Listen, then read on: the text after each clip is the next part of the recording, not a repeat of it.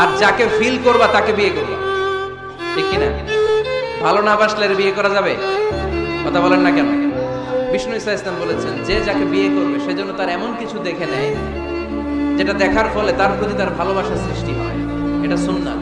হয়তো আপনি মেয়েটার কথা বলার স্টাইল দেখলেন, কিভাবে হাঁটে, তার চাহনি, তার হাসি, এগুলো দেখে তার প্রতি আপনার একটা ভালোবাসা হৃদয়ে জন্মাই দিবে কে? ভালোবাসা না জন্মালে বিয়ে করতে পারবেন? কথা বলেন না কেন? আব্বা আম্মা একটা ধরে নিয়ে আসছে, তারপরে কবুল বলা যাবে? এগুলোর জন্য এদেশের ডিভোর্সের রেট বাড়তেছে। ছেলে মেয়েদেরকে ওপেনলি একে অপরের সাথে দেখা করার সুযোগ করে দেয় না। বিয়ের আগে মুরব্বীদের সুপারভিশনে কথা বলা, দেখার সুযোগ করে দিবেন। যখন পূর্ণাঙ্গভাবে দেখা দেখি হয়ে যাবে, আল্লাহর বিয়ের ক্ষেত্রে বয়সটা it's not a big deal, it's not a big deal. একজন ছোট্ট যুবক ছেলে বড় আপুকেও বিয়ে করতে পারে, কথা ঠিক কিনা বলেন? অনেক মেয়েরা বলে যে কিরে তোমার বয়স কম, আমি তোমারে বিয়ে করব কেমনে? তুমি বলবা খাদিজা যদি নবীকে বিয়ে করতে পারে, তুমি আমারে বিয়ে করতে পারবা না কেন? ঠিক কিনা বলে? বয়স এটা ডাজন্ট ম্যাটার। যদি মনের মিল থাকে বয়স কোনো ফ্যাক্ট হয় না, ঠিক কিনা বলে?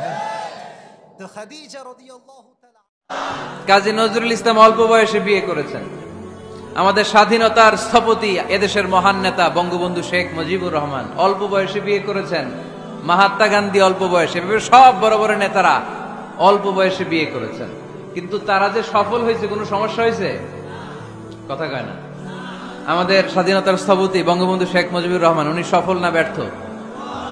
যে যাকে পছন্দ করে, যে যাকে ভালোবেসে বিয়ে করতে চায়, সে হারায় গেলে বোঝে যে তার যন্ত্রণা কত বেশি, ঠিক না বল?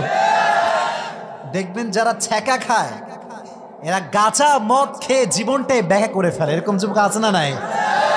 না, কসবা ব্রাহ্মণবাড়ি এইসব যুবক নাই? আরে নাই, আমার কোনো দোষ নাই, এরাই বলেছে এরকম যুবক আছে। তবে মাথায় রেখো একটা কথা, এদিকে আমার কথা শোনো, মাথায় রাখবা,